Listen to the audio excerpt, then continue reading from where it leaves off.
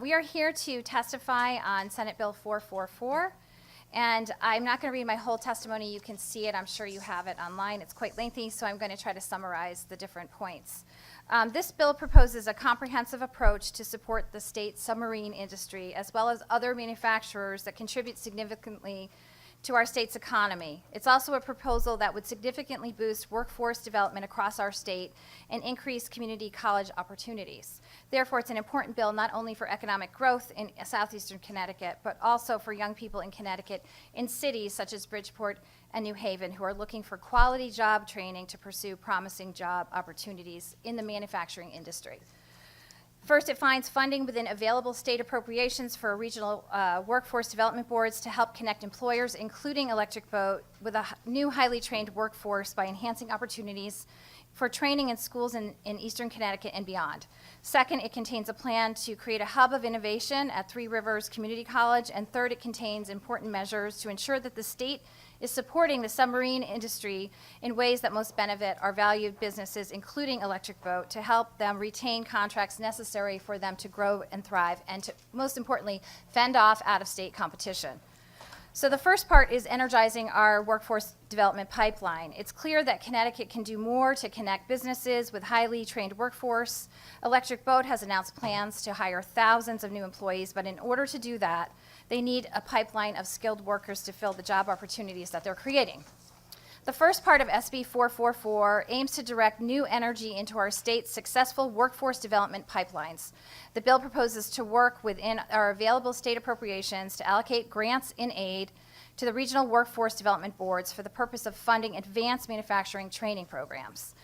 The plan also would direct funding to help young people in communities served by other workforce investment boards, the WIPs, such as those in New Haven and in the Bridgeport areas, and this bill would put attention and investment into these programs so that we can expand the training opportunities for young people and provide a larger skilled workforce for companies, including Electric Boat, and their local vendors, which we're going to need a lot of, in anticipation of their plans to ramp up work to carry out their new federal contracts.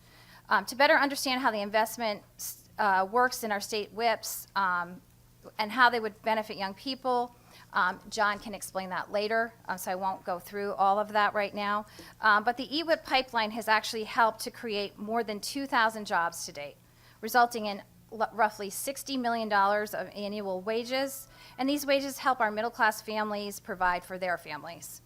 It's estimated that 2,000 jobs created directly from the manufacturing pipeline produce roughly $1.7 million in additional state income and revenue each year. And that's good news as these returns continue to grow in years 3 and 4. A 3-year investment in a current pipeline model would yield about $6 million in additional state income. And in addition to helping our large manufacturers, I want to make sure this is clear, like Electric Boat, this pipeline also will help develop some small subcontractors and smaller vendors that across Connecticut that supply to the larger manufacturers.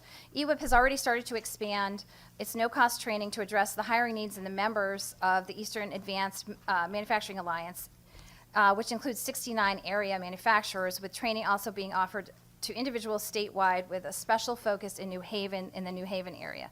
In Eastern Connecticut, EWIP works to develop training through Three Rivers Community College and Quinebaug Valley Community College. By further energizing WIPs across the state, just as EWIP, we can create even more opportunities locally for these students.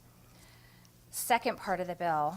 The second part of the bill asks the president of Connecticut State Colleges and Universities to work with Three Rivers to transfer a currently unused 1,000 square foot lab space to the Eastern Connecticut Workforce Investment Board so that it can be converted into a training hub for the plastics manufacturing industry. This proposal would allow the Three Rivers Community College to become a new epicenter really of manufacturing for training by taking on unused space and transforming it to exactly what the type of training facility that we need, that big businesses and small businesses are looking for. We've seen that the state's EWIP program effectively pursues similar models in Westerly, Rhode Island. The Westerly Education Center is a perfect example of schools that are owned by the state but that are used as an EWIP vendor. In Westerly, Electric Boat has played an integral part of the center's design, and therefore the center is well equipped in exactly what manufacturers are looking for. By adopting a similar model in the development of plastics manufacturing training at Three Rivers College, the EWIP program will have a new center within Connecticut to train students, not only for EB, but for also other manufacturers in the plastics industry, specifically including the 69 members that are part of the EAMA. This will help make sure increased opportunities for Connecticut are available in-state and close to home. The final component of this bill is aimed directly at determining how our state can assist employers such as Electric Boat above and beyond the workforce training pipeline. This legislation would require the Department of Economic Community Development to conduct a comprehensive review of the capital needs of businesses engaged in the manufacturing of submarines. I'm thinking about engineers. Simply directing funds to a company without understanding what their needs are is, in my opinion, not the best way to address their needs. The best way to assist Connecticut employers in the most effective way is to build our economy. Rather than a proposal that takes different approaches and hands money over to a large supplier, I think that we should have a conversation with them on what their needs are specifically.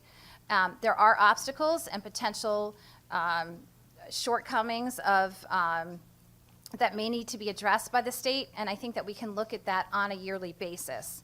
For example, when I used to work for Electric Boat in contracts, when you bid on a submarine contract, your capital investments are included in your bid cost, and they are covered up front, so the risk is minimal. However, if you go over budget, you run a large potential risk. So somebody like Electric Boat does not necessarily need a capital infusion from the state up front, but should they run into trouble if the costs go over, there is an opportunity that maybe in years 3 or 4, they come back to us and ask us for help, whether it be through tax credits, et cetera.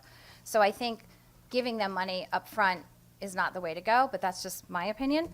The portion of this bill would also authorize the Department of Economic and Community Development to take an active role in identifying the best ways to support these suppliers and help manufacturers. I want to emphasize that manufacturing is critical to Connecticut's economy, recovery, and stability, and anything that we can do to help support this industry will benefit our entire state. By investing in manufacturing in this three-pronged approach, we can identify the specific needs of Connecticut employers with a growing skilled workforce and match those needs to the employers. And the WIP pipeline model has shown that it works with a 90% placement rate among trainees and a higher employee retention rate. This is a smart investment for the state of Connecticut, and I urge the committee to take up this legislation, and we are happy to answer any questions.